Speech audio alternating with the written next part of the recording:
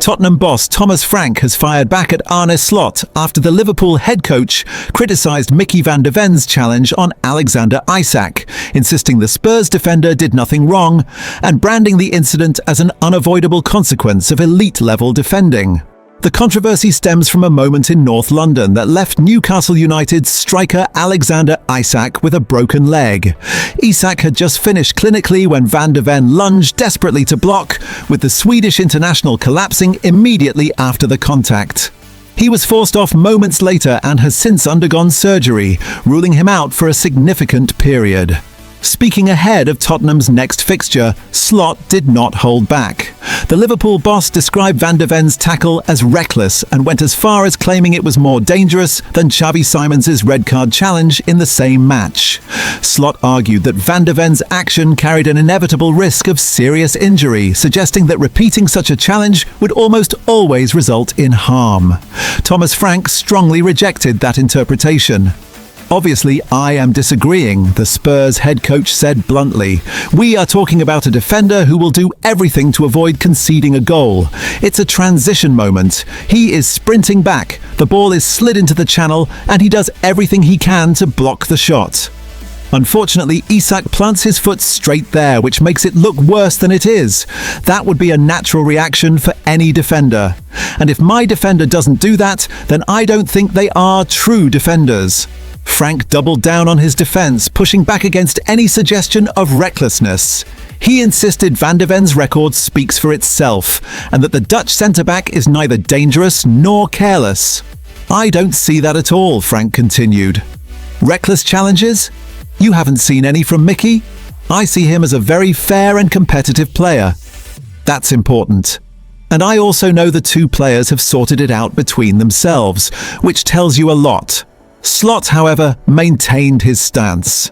The Liverpool coach insisted there was a clear distinction between the two incidents in the match, arguing that Simons' foul on Virgil van Dijk was accidental, while Van de Ven's challenge carried unavoidable danger.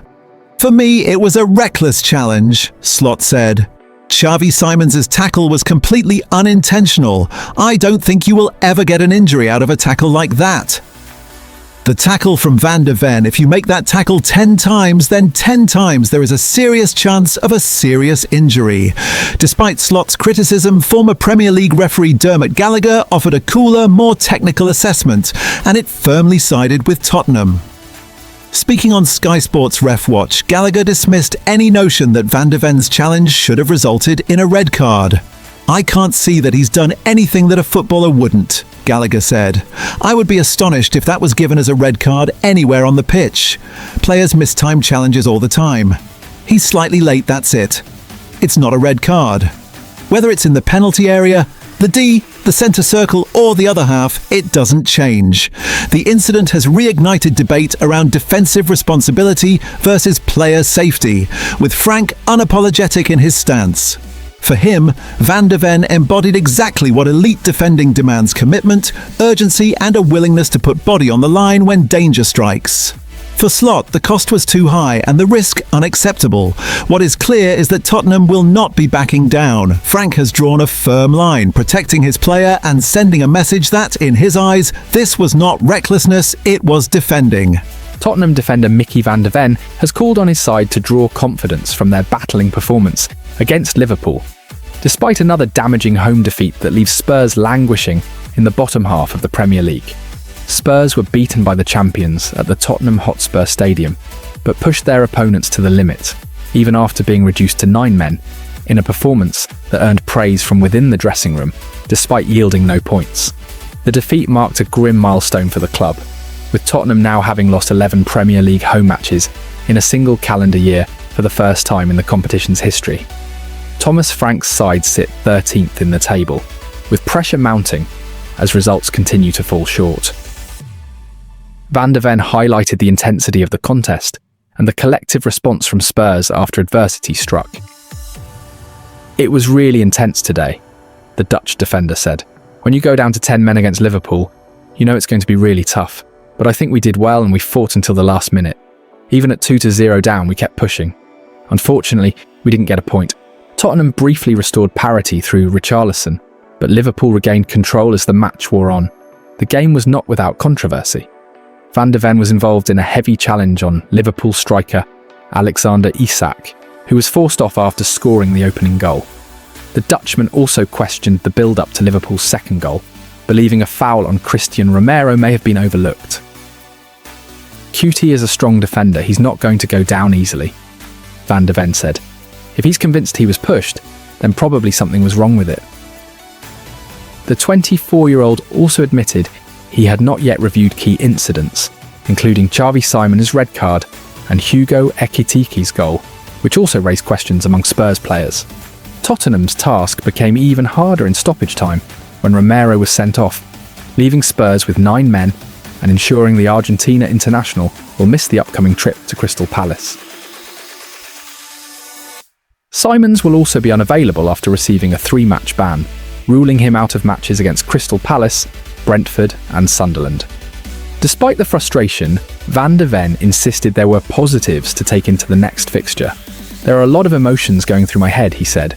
I'm proud of the team, but of course I'm disappointed and angry about some things in the game. Even when it was 11v11, we played really well and pushed Liverpool backwards. There are many positives we can take into the next match. For all the resilience shown, Spurs remain without reward, and with fixtures coming thick and fast, Frank will be hoping the spirit displayed against Liverpool can finally translate into points. Thomas Frank has indicated he would like to keep Brennan Johnson at Tottenham in January, despite growing transfer interest in the out-of-favour Welshman. Crystal Palace are understood to be leading the charge for the 24-year-old, who joined Spurs for £47.5 million from Nottingham Forest in September 2023. Frank said when asked whether Johnson could depart, providing the financials were right. Overall, I'm happy with Brennan. He trained well today. We mentioned before that he has played some very good games on the right and Mohamed Kudus has come in, so that's been a little bit of bigger competition there. Not that he can't play to the left. In general, I'm happy with Brennan. We haven't done too much in terms of preparation for moving players out. I think he's a big part of what we have when we're playing a lot of games. While Frank claims he'd like to retain the versatile forward services, Johnson has been an unused substitute in 2 of the past 4 Premier League matches. When pushed on whether he'd like to keep hold of the Wales international, Frank replied, "Yeah, I think we will be playing a lot of games, so it's important to have enough to shoot with." He added when asked whether he would accept the prospect of Johnson eyeing a new challenge due to his lack of minutes. "I will not speak about Brennan, but I think any player that maybe does not play all the time will probably always have a thought about that. But we need more than 11 players. Johnson's Tottenham contract runs until the summer of 2029, and Frank is also hopeful the club will recruit new players this winter. The Spurs head coach said, "We will 100% be in the market and be ready. And if we can find the player or players to improve the team, we should be ready for that. If we can't, and we know the January window is super complex and a difficult window, I don't think we should use money on a player we don't really believe in, who can't really move the needle. Because will that be a little bit helpful for maybe the next 6 months, but doesn't do anything long term? Then I'm not interested. For me, we need to think now, we need to win tomorrow, and then we need to make good decisions for the long term. If we don't do that, there is no chance we can fulfill the potential of this club." Each week, they will dive deep into the biggest topics as they follow Thomas Frank's side every step of the way. We'll bring you the latest news, analysis and a laugh too, as Spurs look to follow up on last season's Europa League triumph. And, given it's Spurs, there will be plenty of drama and big talking points, with Frank enduring an action-packed start to his tenure in North London. Selection decisions that backfire, VAR controversy, unsung heroes, miserable home form, transfer dilemmas, the next wonder kid. We'll have it all covered on Talking Tottenham.